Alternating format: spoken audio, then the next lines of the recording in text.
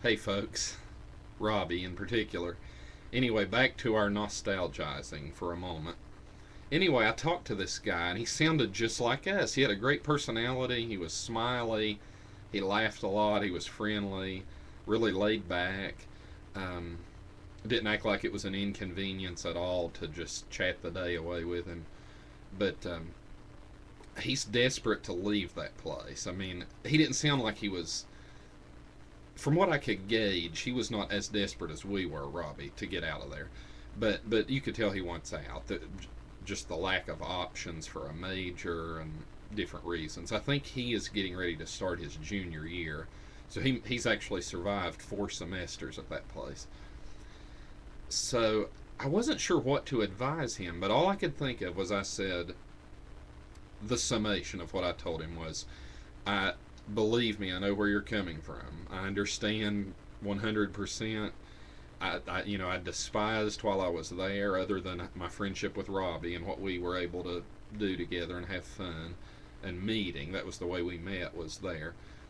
And other than that, I hated my time at that place. I really did.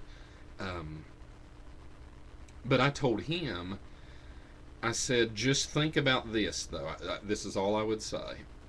It is a bad place. I mean, it is not fun, and you're very limited on your options of what you can major in. But the thing is, I told him, I transferred to Marshall University, got my bachelor's degree there, got a master's degree there later on. The only thing I would say is I am now, looking back on it, I am now literally tens of thousands of dollars in debt for student loans. I had a scholarship that covered my books, basically, and that was about it when I went to Marshall. At Alice Lloyd, the way it works, for those unfamiliar, is almost everyone who goes there, pretty much 99.9% of everyone who's there, has a full scholarship because it's need based. It's for kids in the Appalachian region who are maybe less financially able to afford college, and this gives them a chance to do that. It's a privately run school. Um, I would plug their website for you if I knew it off the top of my head, but I don't. You can Yahoo it or Google it. Anyway, I'm off track again. But I told him that. I said one thing to think about is at Alice Lloyd, you're paid for. You come out of there and you're virtually debt free. And that's enticing, and that's how they entice a lot of kids to go there. And I'm not saying it's underhanded or deceitful at all. It's not. They're not lying. I mean, they really do pay for it all. And you come out of there and you don't owe 1 red cent to anyone. Um, so I told him, I said, just think about that. I mean, just factor that into the equation as you consider going to Marshall or staying at Alice Lloyd. Because in hindsight, that would have been one advantage of staying. And I told my dad as we drove on to school and left the gas station, I said, really looking back on it, there are things that could have happened differently that maybe would have persuaded me to stay at the school. With the maturity of 15 years now gone by, or 14 since we left there, I thought maybe there are things we could have done differently. I'm not speaking for Robbie, but just for me. Maybe I could have switched majors from pre-med to something else, maybe to history or education, and I could be a teacher now. Who knows? I hated the dorm life. I hated living in a dormitory, especially with a lot of jocks, a lot of athletes. Um, but maybe, and I know Robbie and I talked at times when we were there, we talked about looking for an apartment that we could stay in a nearby town like Hindman or Hazard. Maybe we could have done that. Different things could have happened that maybe would have made it more bearable to stay there.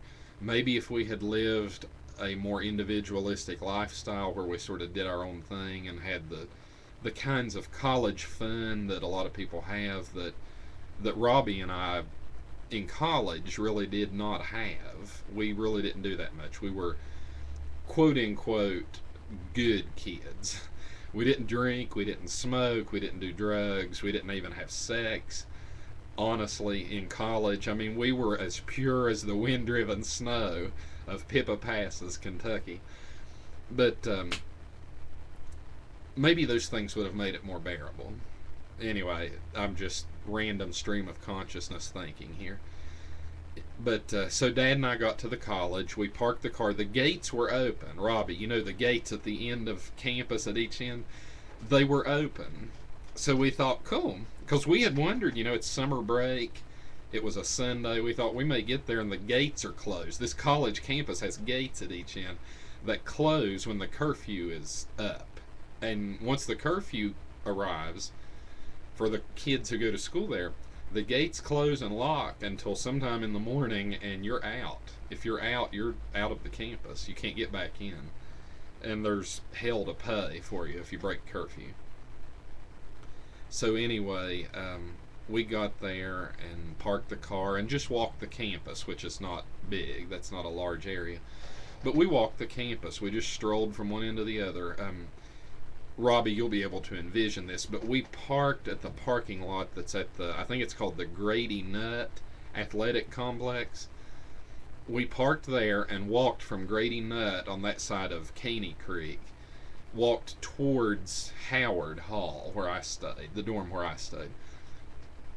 So we just strolled through there, looked at the creek. We walked by the building. I forget what it's called, but it's the building where you had the bullfrog professor, the one that the other Robbie called Bullfrog. I always remember that building. I equate that with him because I would sometimes meet you after class outside that building. We walked by the library. I think it was unlocked. That's another thing, Robbie. You would have been amazed that on a Sunday during the summer, how many buildings and how many rooms were unlocked. I mean, they were just completely unlocked. We strolled in and out of I don't know how many buildings at that place. We toured Howard Memorial Hall, where I stayed, and it's a lot bigger now. They've added on to that, and I would say it's almost double the size that it was when I was there. I mean, and they were working on it, I think, when you and I were there. There was construction on that. So anyway, we went in there. We walked up to the 3rd floor. We walked up and found my exact room where I stayed, and where Feller and I stayed. You remember the guy that couldn't see, had the Coke bottle bottom glasses, and called me Feller? We stayed there, and but anyway, we walked through the building, and I talked to Dad about how many times I've lugged suitcases and different things, clothing, up those stairs and back down, and we weren't allowed to use the elevator. Mysteriously, you couldn't use the elevator unless you were handicapped. We walked across the bridge at Howard Hall to the girls' dorm, that one, I forget what it's called. We walked by, do you remember the Meltons, Robbie? There were a couple, I forget their first names, but their last name was Melton, and they had that house, and they were like our mentors. Do you remember you had mentors there who sort of took you under their wings as parental figures in a way? We walked by their house, and now I think it's something else. That's the police department. That house is now Alice Lloyd Campus Police Department. Remember the skinhead guy, or the guy we called a skinhead that worked there at the time? The memories are just flooding back here. But anyway, we walked down that side of the creek, that side of the road. We went in the building where I had all of my science classes, Dr. Gilmore, zoology, and all of this. And I can't remember now what that building's called.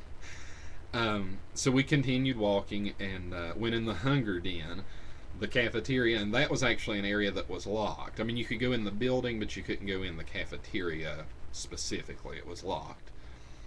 And I couldn't think of the guy's name that we worked for there. Do you remember, Robbie? I mean, can you email it to me? Was it something Justice? Was his last name Justice?